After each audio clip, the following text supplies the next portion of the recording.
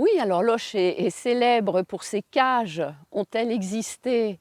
Oui ou non? On en a trouvé, on en a brûlé sous la Révolution. Étaient-ce des cages datant de l'époque de Louis XI?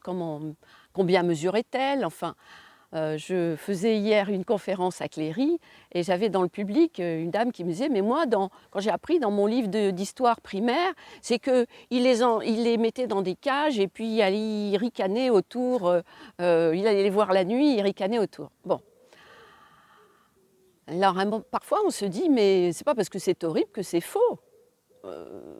Les hommes sont ce qu'ils sont et donc on peut avoir des abus. En fait, on peut même presque cette histoire de prison, c'est pas tellement une notion, médiévale. Parce que, heu, les prisonniers, on n'arrête pas de les changer de forteresse. Parce qu'on a peur qu'ils s'échappent, qui, pour des raisons de corruption avec le gardien, ils s'échappent. Donc très souvent, on les change.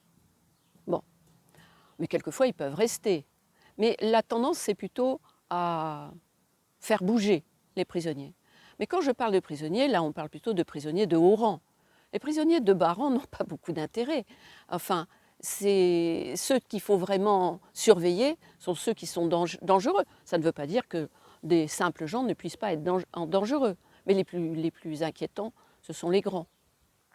Alors il est vrai que Louis XI a été assez impitoyable pour certains grands seigneurs, des princes, duc d'Alençon par exemple, le duc de Nemours, c'est-à-dire que des familles de très haut rang, et même de sang royal, du sang des fleurs de lys, comme on dit. Et ceux-là ont pu être enfermés. Il a même enfermé un cardinal d'église, le cardinal Balue, et ça c'est franchement incroyable. Alors, Balue est un traître, les autres sont des traîtres aussi. Mais un cardinal d'église relève de la justice d'église à cette époque-là. Et Louis XI avait même le projet de faire juger par la justice royale un cardinal, aussi traître soit-il. Finalement, il ne l'a pas fait. Il a quand même laissé 10 ans en prison pour méditer sur ses vilainies. Donc, est-il cruel? Bon. Ces rois, quand ils sont formés, ils apprennent dans les livres, ces miroirs aux princes, est-ce que le roi doit être miséricordieux? Pourquoi? Parce qu'il doit être à l'image du Christ, qui a dit, à qui les apôtres ont dit, il faut pardonner combien de fois, Seigneur? 7 fois, 77 fois. Bon. Donc l'image, l'exemple, le modèle, c'est ça, c'est de pardonner. Tous les princes dont je parlais, là, il y a eu pardon, pardon, pardon. Et les autres ont recommencé, recommencé, recommencé. Il les a fait passer en jugement, pour les princes, Nemours, Luxembourg, le connétable. Ils ont été condamnés à mort. C'était assez logique. Et c'était des traîtres avérés. Mais là où il choque, c'est qu'il ne gracie pas. Il aurait pu gracier.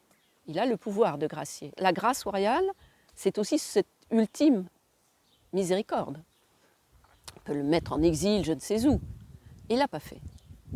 Là, quand il ne gracie pas le duc de Nemours, qui est vraiment désolant de trahison, eh bien là, on sait que c'est un traître, Nemours, mais que le roi ne le gracie pas, ça les choque. Donc là, on le trouve cruel. Est-il tyrannique? Il a des tendances tyranniques évidentes, mais il ne met rien en système. C'est un homme qui veut être libre de toute norme, parce que justement, il est très hors norme.